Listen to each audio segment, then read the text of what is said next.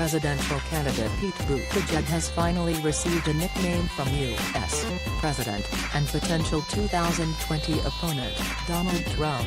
During an interview with Politico on Friday, Trump referred to Mayor Buttigieg as Alfred E. Newman, the boyish Mad magazine cartoon character. Trump's nickname for Buttigieg is a departure from the more offensive ones he has given his rivals in the past, Crazy Bernie, Pocahontas, and Crooked Hillary, in reference to Bernie Sanders, Elizabeth Warren and Hillary Clinton, respectively. Buttigieg responded by making light of the age difference between himself and Trump, saying he need to Google it that, adding, "Guess it's a generational thing." Buttigieg campaigned over the weekend and described Saturday his public coming out as a gay man in 2015 and how the exclusion he experienced made him conscious of what it means to belong and the need to overcome divisions. The 37-year-old described a crisis of belonging in this country experienced by LGBTQ people, women, immigrants, people of color, people with disabilities,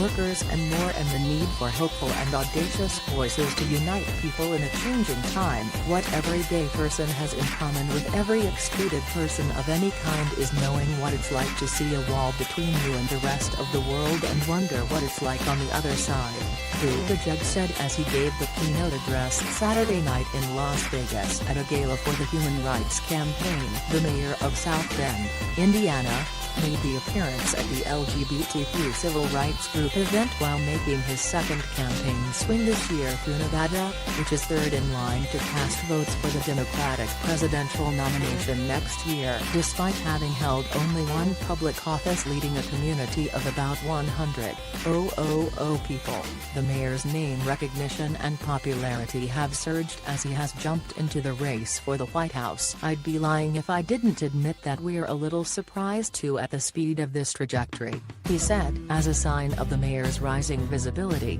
President Donald Trump this week mocked Buttigieg at a rally and likened him to Mad magazine mascot Alfred E.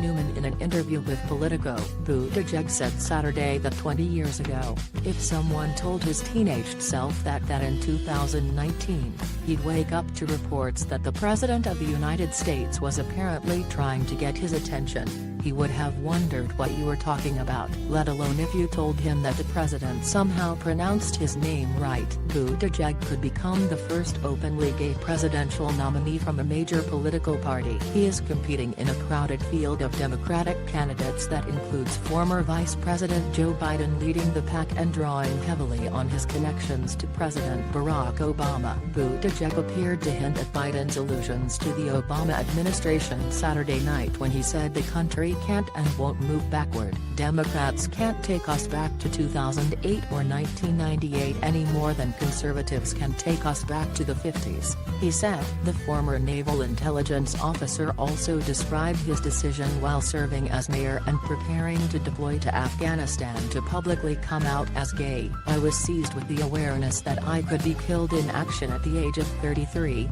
a grown man and an elected official, with no idea what it was like to be in love," he said. "I knew that I had to be who I am." He noted that the op-ed article he published where he announced he was gay came when Vice President Mike Pence was serving as Indiana's governor, a fact that drew boos from the crowd. The audience of about 750 members and supporters gave Buttigieg 2 standing ovations, including when his husband, Jason, joined him on stage and they embraced at the end of his speech. Before Buttigieg appeared on the stage at Caesar's Palace, he met earlier Saturday with members of Nevada's Asian American Pacific Islander Democratic Caucus in Las Vegas.